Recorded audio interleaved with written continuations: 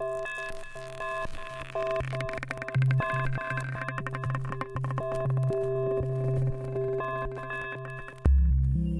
everybody, welcome to Raising Vibrations. You are Simon. Today I actually want to talk to you about something that I think is super important. And one of the main reasons why I feel this is important is because in the last 2 months, I've been really exposed to a lot of people who are coming through and are beginning to work consciously with the outer planets. So Uranus, Neptune, and Pluto, and the significance that these planets actually have in their lives, but also the impact. And what I found really empowering in terms of having a conversation with those that are having astrology readings and working with the outer planets is that there's a new opportunity here to begin forming a relationship to these outer planets in a way that I feel has not been done as consciously in the past. Now, I don't mean that we haven't been doing this. I just mean that maybe it's about time that we start looking at the outer planets in a way that is more of what is the deep spiritual evolution that is actually emerging through me and what is trying to get my attention, right? How are these outer planets representing the actual transformation and therefore meaning in your life?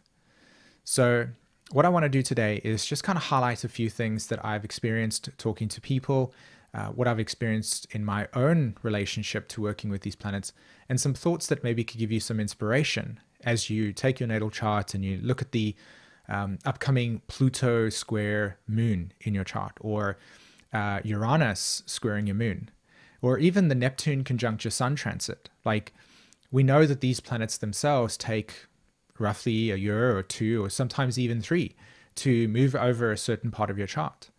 And so you're going to be deeply impacted, and there's going to be a significant change that will actually take place in your life. So how do we form a relationship to these transits that are going to be there for a longer period of time in our lives? And how do we welcome them in a way that actually reflects a deeper unconscious evolution that's trying to take place? So I really hope that this actually sounds interesting to you.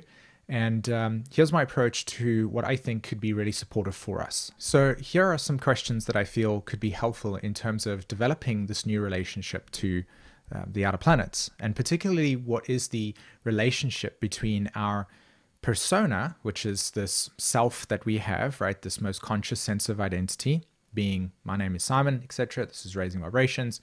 You have your own name and your emotional connection to your life, right? Otherwise known as the ego personality. And how do these outer planets communicate, or how do these deeper, mystical, profound experiences emerge into our lives and reflect the potential for something incredibly profound to take place and to transform us? Now, it's not always the case that when we form a relationship to these outer planetary transits that it's, like I always say, fluffy white bunnies with rainbows just tailing behind them, and it's an amazing thing, and all of a sudden, just by changing the attitude, the transit's going to be less intense. No, I'm not advocating for any of that. I don't feel that there is an antidote or a pill that we can take to avoid the potential discomforts that we will ultimately experience while we go through a transit. But at least we can kind of have a relationship to the experience that is not as deeply insignificant or meaningless, or in another way, feel like we're suffering. Because I mean, a lot of us can feel like that, and sometimes it is the case. I know from my own personal experience that that's been the case. Okay, so what do they represent?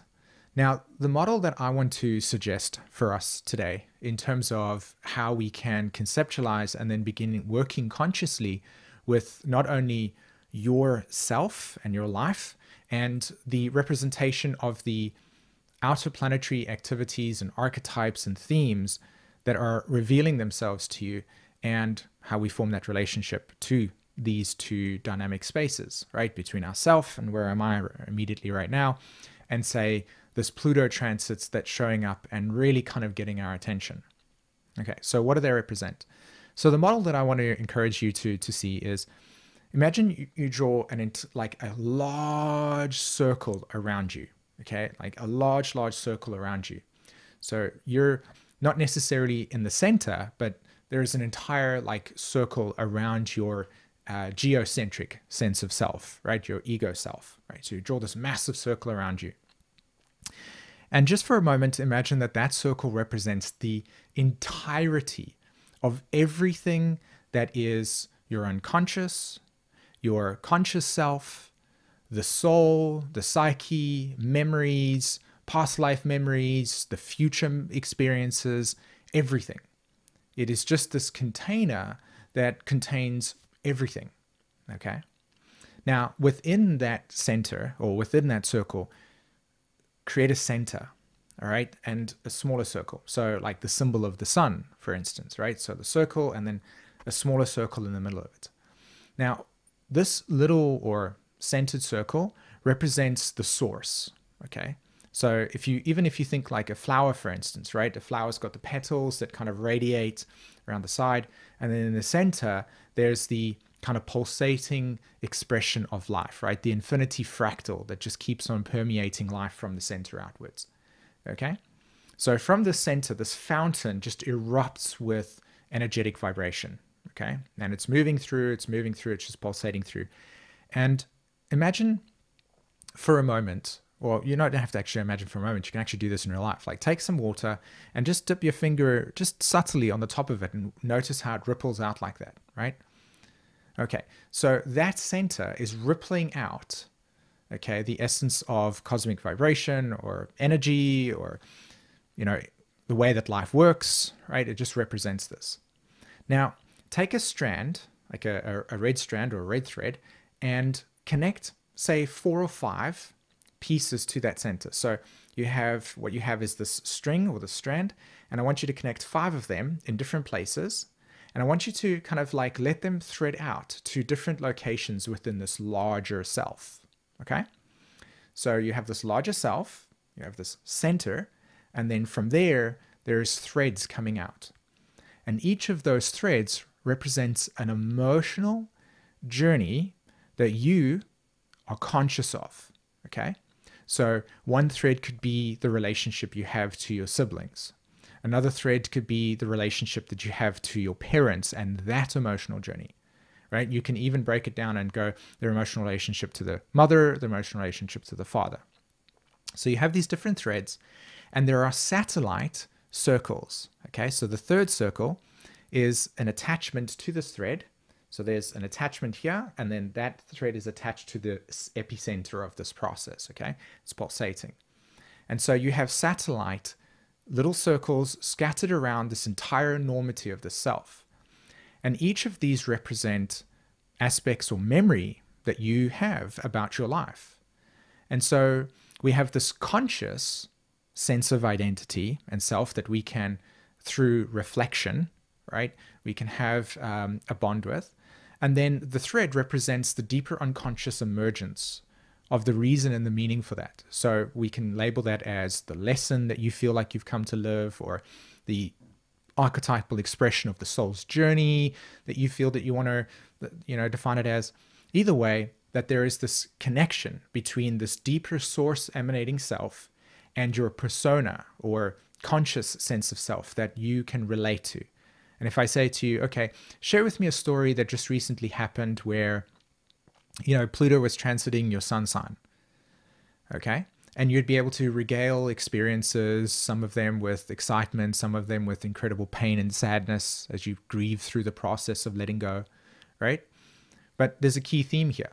You're able to relate to something that's occurred for you that's deeply individual and that's deeply unique to yourself. Now, what do they represent in terms of the outer planets? Well, think of the outer planets as the parts of yourself where that thread is not as conscious as you would say be able to relate to your Venus experience, okay? So let me make this a little bit more clearer. Think of the outer planets as the journey of this, from this source to this more smaller satellite self, that journey that's there, okay? And the awakening process that exists between the small self and the big self. Okay, so big self, small self. Small self is your conscious self, like your conscious identity, so you can represent things, right? And that journey, the awakening of that strand.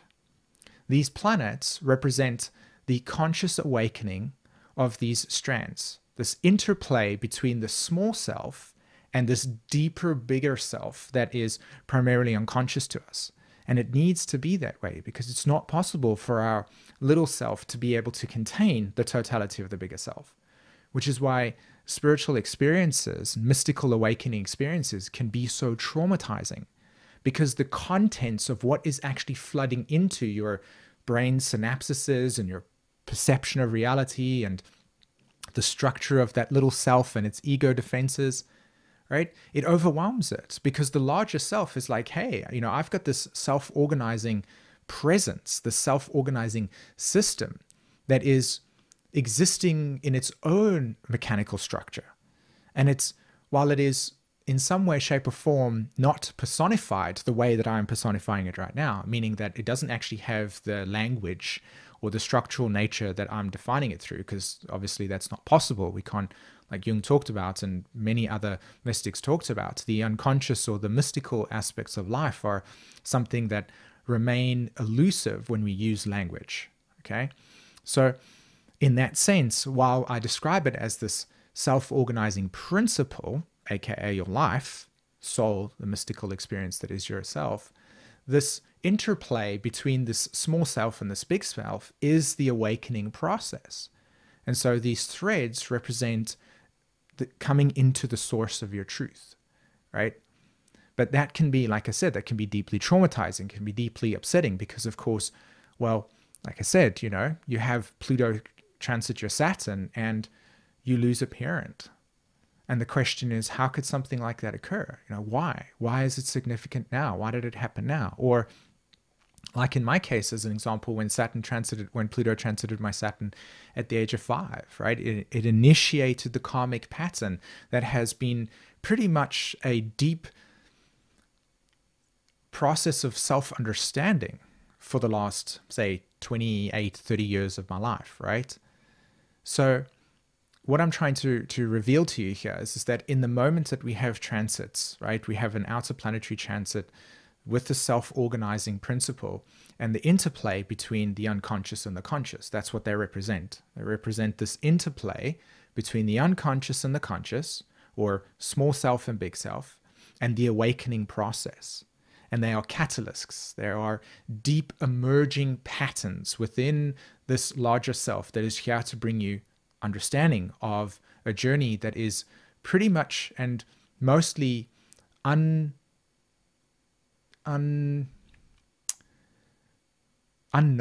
to the small self, because we're so focused on the immediacy of our day and what we need to do in our survival that this other deeper aspect of ourselves, we don't hear the whisper of what it's really trying to tell us, right? So our emotions, our feelings become the mechanism, right? Feelings.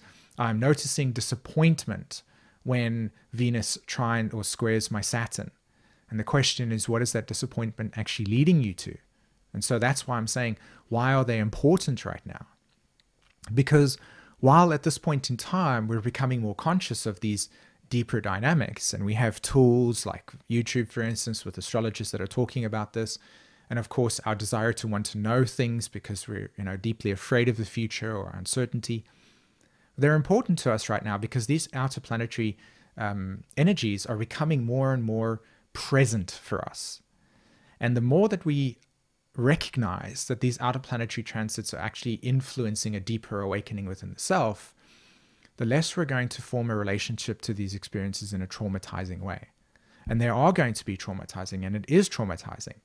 And that's why this work is so fundamentally important, at least from my point of view, and that's why this video is here, is because I've seen a lot of people really just sitting there and going, this transit is tough. And it is. I'm sure many of you, you can even write in the comments your own experience of a planetary transit. I'm sure other people will love to not, feel that they're alone in something. But they're important to us right now because we're going through a deep metamorphosis, a transformation. And this more unconscious material is coming to the surface, and the little self-ego is becoming overwhelmed with the complexity of life. So the more that we begin to see these outer planetary transits and form relationships to them that are not rooted in something along the lines of, I deserve this, or I failed at this, or this is my fault, or any other karmic nonsense that comes along with religious conditioning and other forms of spiritual ideology that say that you failed at this, that you deserve this, blah, all of that type of stuff. Like, get rid of that. Because what I'm advocating over here is that as we start to form a new relationship to these situations and circumstances, what we're taking in is this model, firstly, of this deep self, okay? And we're seeing that we are satellite experiences that are orientating towards a center self that is deeply unconscious to us, but is trying to get our attention, right? And so if we see the ego self or the satellite self and we orientate it and say, what is reaching to me and how can I reach to it? We can start to form a bridge and a bond between the experiences that take place in our lives and the realization that they're here to awaken something deeper in you. Now, again, like I said, this can be deeply traumatizing because what I'm advocating here is to see that it's natural for us to protect or defend or resist an experience, right, that is uncomfortable. And a lot of the times they're going to be. I mean, you know, if you are starting with Moon Pluto transit, right? Let's say Pluto is 3 degrees off your moon at the moment, right? Your moon is sitting at 29 degrees or 28 degrees of Capricorn, and Pluto is just emerging there. You're going to feel the pressure of the intensity coming along. And so the first thing I want you to do and understand about the outer planetary transits is that these are planetary experiences that are going to wash through you. The least resistance you have to the experiences, the better you're going to be able to feel when these things move through you. It doesn't mean that when Neptune comes along and creates disillusionment for you, that it's not going to be painful. It doesn't mean that when Pluto hits that moon and say, for instance, you realize that you can't live in the house that you've lived in for your entire life and you need to let it go, that it's going to suck. But what you can do is realize and embrace that these transits, were set in motion from the soul. That's the reason why I drew the self and the small self and the big self interplaying with the small self. This transit was set in motion. When you were born, at some point that transit was going to occur, whether it be when you were 40, whether it be when you were 14. And you can even reflect back and go back to these experiences in your life and see that they were there for you, right? And that's a really important thing to understand, that while it seems, especially from the ego's point of view, why would something so horrific happen? And yeah, there are times where you do need to process through your trauma. And there are a lot of scenarios and circumstances where you're going to sit and you're going to feel like this is crazy. Why would some sort of loving source energy oozing out fractal, loving thing represent such a disturbed thread? And the truth about it is that outer planetary transits are not looking to you. Ironically, I'm going to completely do the opposite here. And I'm going to say that these outer planetary transits also are not looking at the comforts of yourself and saying, you know what, I really get it. That house, you've lived there your whole time. And now as I'm about to remove the psychological and emotional attachments rooted in that, Pluto transit the moon, right? I have to protect you from your feelings. And so therefore it's comfortable. I got to keep you comfortable, right? It's not going to do that. So when we accept that process, we begin to empower ourselves by saying, okay, well, what is really important for me right now? How can I love myself so much right now that when I deal with this transit for the next 2 years, I'm not hard on myself. I'm more caring and loving to the fact that I'm going through something really intense. I create space within myself to honor what is really transforming within me. Do you see the approach? We're now forming not only a relationship to these bigger transits that are moving through us, but we're also starting to see that this is something that, while it is deeply serving us, is also something that is very intense. And so it gives us the space within ourselves to begin to breathe through everything.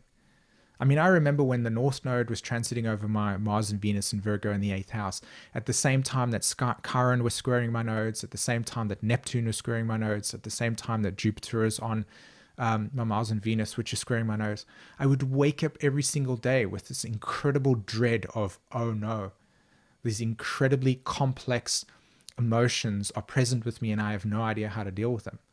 I mean, that's what initially set off a very big learning process for me in terms of understanding this relationship. Now, when I look back at that, and if I took this information, I'd at least wake up and say, okay, today is going to be today is that day where I'm feeling a lot of anxiety. I'm feeling a lot of uncomfortable emotions coming to the surface. I'm not going to try and run around and do some things. I'm going to just say, okay, for 20 minutes, I'm just going to take a meditation, just expose myself to something that's really supportive, what can regulate me, and so on and so forth, right?